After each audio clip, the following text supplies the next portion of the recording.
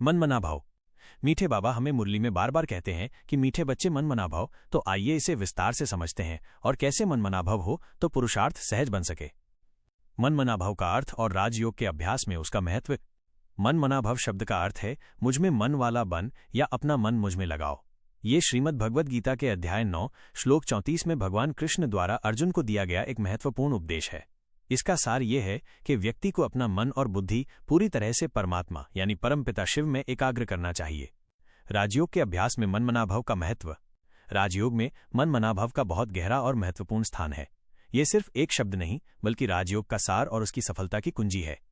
परमात्मा से कनेक्शन। राजयोग का मुख्य लक्ष्य है आत्मा का परमात्मा से सीधा संबंध जोड़ना।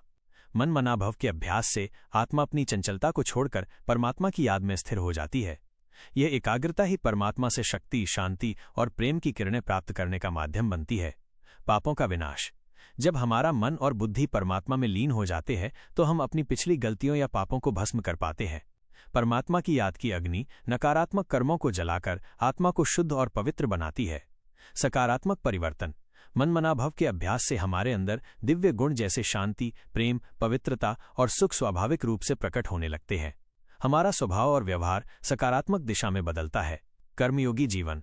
जब हम हर कर्म करते समय परमात्मा की याद में रहते हैं तो वह कर्म बंधनकारी नहीं होता। हम कर्तापन के अहंकार से मुक्त हो जाते हैं और अपने हर कर्म को परमात्मा की सेवा मानते हैं। यही सच्चा कर्मयोग है। सहज पुरुषार्थ। मनमना भाव के निरंतर अभ्यास से पुरुषार्थ करना सहज हो जाता है। जब हम परमात्मा की याद में रहते हैं तो हमें उनकी मदद और शक्ति मिलती है, जिससे हर चुनौती और मुश्किल को पार करना आसान हो जाता है। मनमना भाव कैसे हो ताकि सहज पुरुषार्थ हो। सहज पुरुषार्थ का अर्थ है बिना बहुत अधिक मेहनत या संघर्ष के सफलता प्राप्त करना। मनमना भाव के अभ्यास से इसे संभव बनाया जा सकता है। इसके लिए आप ये कदम उठा सकते हैं। सुबह अमृत वेला में योग। सुबह जल्दी उठकर जब दुनिया शांत होती है परमात्मा की याद में बैठें। इस समय मन बहुत शांत और एकाग्र होता है। इस समय की गई याद दिन भर के लिए शक्ति का संचार करती है। हर कर्म करते समय याद ये सबसे महत्वपूर्ण अभ्यास है।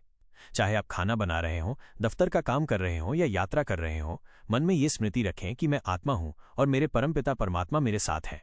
ये याद रखें कि आप जो भी कर रहे हैं वो उनके निर्देशन में या उनकी सेवा में कर रहे हैं। निरंतर याद का अभ्यास। दिन में छोटे छोटे अंतराल पर, जैसे हर घंटे में 1 मिनट के लिए, सभी विचारों से मुक्त होकर परमात्मा को याद करें। इस अभ्यास से याद की आदत बन जाती है। संगीत और ज्ञान का उपयोग। राजयोग के गीत और मुरली, परमात्मा का ज्ञान सुनते समय भी आप मन को एकाग्र कर सकते हैं। ये मन को भटकने से रोकने में मदद करता है। पवित्रता और सादगी। अपने जीवन में सादगी और पवित्रता को अपनाएं।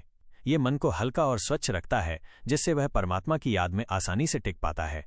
जब हम इन तरीकों से मनमना भाव का अभ्यास करते हैं तो परमात्मा की शक्ति और मदद हमें मिलती है। ये हमें हर मुश्किल से लड़ने की ताकत देती है, जिससे हमारा पुरुषार्थ बोझिल नहीं बल्कि सहज और आनंदमय बन जाता है। ओम शांति।